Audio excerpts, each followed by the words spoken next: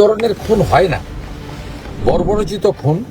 এবং উদয় চলে গেল হিন্দু বলে, আর খুন করলো বাংলাদেশে দীপুদাসদের যারা খুন করেছিল সেই বাহিনী। একই পশ্চিমবঙ্গে কোনো মা বোন দিদি কন্যা এবং কোনো হিন্দু সুরক্ষিত না, কোনো আদিবাসী সুরক্ষিত না। এর একটাই অপরাধ ছিল, নামটা উদয়, তাই জাভেদরা খুন করেছে, ফিদা হোসেনরা খুনিদের প্রশ্রয় দিচ্ছে। বিশেষ সম্প্রদায়ের কেউ খুনি হন আর তিনি যদি শাসক ঘনিষ্ঠ হন তাহলে তার 7 খুন মাপ। ফিদা হোসেন তৃণমূল কাউন্সিলর, তার বাহিনী যেহেতু করেছে তাই গ্রেপ্তারও হবে না, বিচার তো অধরা। সাথীতে কারো চিকিৎসা হয় না, স্বাস্থ্যসাথীর কার্ড বাইরে চলেও না, আয়ুষ্মান ভারত রাজনীতি করে চালু করতে দেননি। এখানে মারা গিয়েও তো শান্তি নেই, তার জামাই ধার দেনা করে করেছে। এরা এত অমানবিক। কথা হলো কথা আপনার সাথে, পরিবারে কি বলছে তারা? এ আপনাকে বলি, এটা একটা ভয়ঙ্কর নিন্দা এবং গোটা খড়গপুর মেদিনীপুরের যারা শুনতে পাচ্ছে সমগ্র হিন্দু সমাজ এটা নিয়ে ক্ষুব্ধ। হিন্দু যুবকরা তারা থানা ঘিরতে চাইছে, আন্দোলন করতে চাইছে, করা উচিত।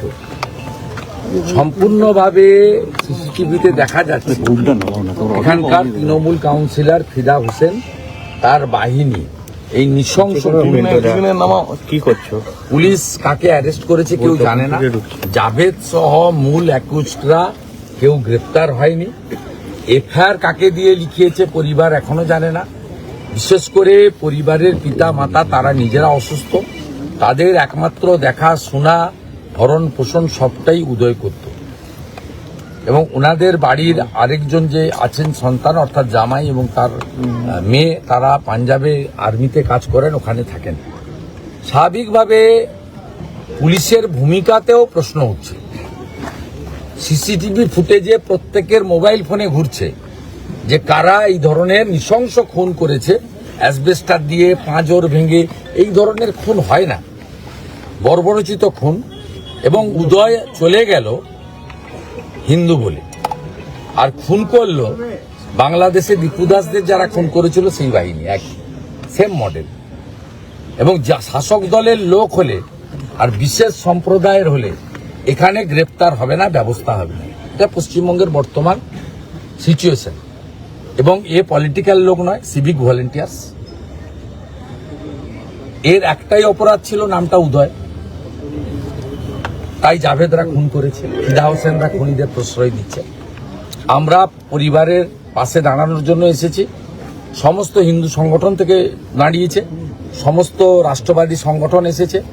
আমি রাজ্যের বিরোধী দল নেতা, স্থানীয় কাউন্সিলরদের নিয়ে আমরা উপস্থিত হয়েছি। আমাদের একটাই বিষয়, এফআইআরটা ঠিকঠাক করে করতে হবে, সেটা আমরা করব। বিচার, শাস্তির দাবিতে লড়াই হবে। পুলিশ শাস্তি না দিলে আদালতের আশ্রয় নেবে পরিবার, এবং তার পিতা মাতাকে সুস্থ রাখার জন্য চিকিৎসার দায়িত্ব আমরা নিচ্ছি। সরকার কি করবে আমরা জানি না। আমরা শুনেছি, জেনেছি সরকার বলে যে সিভিক ভলেন্টিয়ার্সরা কর্মরত অবস্থায় মারা গেলে 5 লক্ষ টাকা ক্ষতিপূরণ দেয়, সেটা সরকারের ব্যাপার। আমরা সরকারের জন্য অপেক্ষা না করে আমরা তাদের পরিবারকে অর্থনৈতিকভাবে সহযোগিতা করার সিদ্ধান্ত নিয়েছি। আজকে কিছুটা সহযোগিতাও করেছি। এবং এখানকার স্থানীয় একটি যুবককে, বেকার যুবককে, আপাতত তার বাবা মাকে দেখার জন্য আমি অস্থায়ীভাবে পরিবারে বেসরকারিভাবে তাদেরকে নিয়োগ করে দিয়ে গেলাম, যাতে পরিবার ঠিক থাকে। এখানকার নাগেশ্বর ভাই আমার কন্ট্যাক্টে থাকবেন, পরিবারকেও আমি নাম্বার দিয়ে গেছি। আমরা সমস্ত রকম সহযোগিতা করব। এবং পুলিশ যদি পরিবারের কাছ থেকে স্টেটমেন্ট নিয়ে ভিডিও ফুটেজ অনুযায়ী ফিদা হোসেন অ্যান্ড হিজ গ্যাংকে গ্রেপ্তার না করে, তাহলে নিশ্চিত থাকুন বৃহত্তর সংগ্রাম হবে, রাজনৈতিক পতাকা সরিয়ে সংগ্রাম হবে, হিন্দু ধ্বজ নিয়ে সংগ্রাম হবে, হিন্দু হিন্দু ভাই ভাই স্লোগান নিয়ে সংগ্রাম হবে। এবং তার জন্য এই জেলার পুলিশ সুপার, খড়গপুরের পুলিশ অফিসাররা দায়ী থাকবে। দাদা একটা বিষয়, কালকে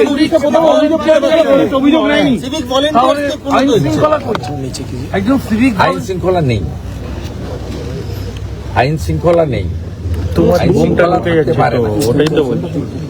পশ্চিমবঙ্গে কোনো মা বোন দিদি কন্যা এবং কোনো হিন্দু সুরক্ষিত না, কোনো আদিবাসী সুরক্ষিত নয়। যদি বিশেষ সম্প্রদায়ের কেউ খুনি হন আর তিনি যদি শাসক ঘনিষ্ঠ হন তাহলে তার 7 খুন মাপ। ফিদা হোসেন তৃণমূল কাউন্সিলর, তার বাহিনী যেহেতু করেছে তাই গ্রেপ্তারও হবে না, বিচার তো অধরা। সোমোটো এফআইআর করিয়ে নিয়েছে, পরিবারের কাছ থেকে স্টেটমেন্ট কালেক্ট করেনি। এমনকি ভুবনেশ্বরে যে চিকিৎসা হয়েছে তার জামাই ধার দেনা করে 10 লক্ষ টাকা খরচ করেছে। একটা পুলিশের পক্ষ থেকে যে তার চিকিৎসাটা ঠিকঠাক হচ্ছে কিনা, এখানে তো এই রাজ্যে চিকিৎসা উঠে গেছে। স্বাস্থ্যসাথীতে কারো চিকিৎসা হয় না, স্বাস্থ্যসাথীর কার্ড বাইরে চলেও না, আয়ুষ্মান ভারত রাজনীতি করে চালু করতে দেননি। এখানে মারা গিয়েও তো শান্তি নেই, তার জামাই ধার দেনা করে করেছে। এরা এত অমানবিক। পুলিশ ওয়েলফেয়ার অ্যাসোসিয়েশন কোথায়? সিভিকদের নিয়ে মিটিং করেন, তৃণমূলের ঝান্ডা ধরান, কোথায়? দেখতে পাচ্ছি না। এ লজ্জা রাখার জায়গা নেই। আমরা হিন্দু সমাজ, এই হিন্দু পরিবারের পাশে থাকবো খুনিদের ফাঁসিতে ঝোলানো না পর্যন্ত। একদম খুব পরিষ্কার কথা। আমি আজকের দিনটা দেখার জন্য স্থানীয় আজকে যেহেতু দেওয়া হয়েছে, আমি এদের অনুরোধ করে গেলাম। আমি 31 তারিখ পর্যন্ত আমাদের যশস্বী স্বরাষ্ট্রমন্ত্রী অমিত শাহজি আসছেন, আমি কলকাতাতে ব্যস্ত থাকবো। 31 তারিখের মধ্যে যদি পুলিশ অ্যাকশন না নেয়, স্থানীয় স্তরে কালকে থানায় বিক্ষোভ হবে, ধ্বজ নিয়ে বিক্ষোভ হবে। 1 তারিখ থেকে আমি নিজে মাঠে নামবো, পরিষ্কার কথা আমি এখানে বলে গেলাম। দাদা, কালকে দুর্গাঙ্গন উদ্বোধনের কথা ছিল কিন্তু উদ্বোধন হচ্ছে না, আপনিও টুইট করেছেন, কি বলবেন রাজ্য সরকারের এই হঠাৎ করে প্রথমে ওয়েস্টার্ন হোটেলের সামনে স্বাস্থ্য ভবনের জায়গায় করতে গেছিল, 4 কোটি টাকা খরচও করে ফেলেছে, মানে মুসলমানরা আপত্তি করেছে, যেটা আমাদের জায়গা দুর্গাঙ্গন করা যাবে না। এখন মুখ্যমন্ত্রী তো মুসলমানরা আপত্তি করলে তাকে পিছাতেই হবে, পিছিয়ে গেছেন, শিল্প করার জায়গায় গেছেন, নিউ টাউনে বাস স্ট্যান্ডের কাছে।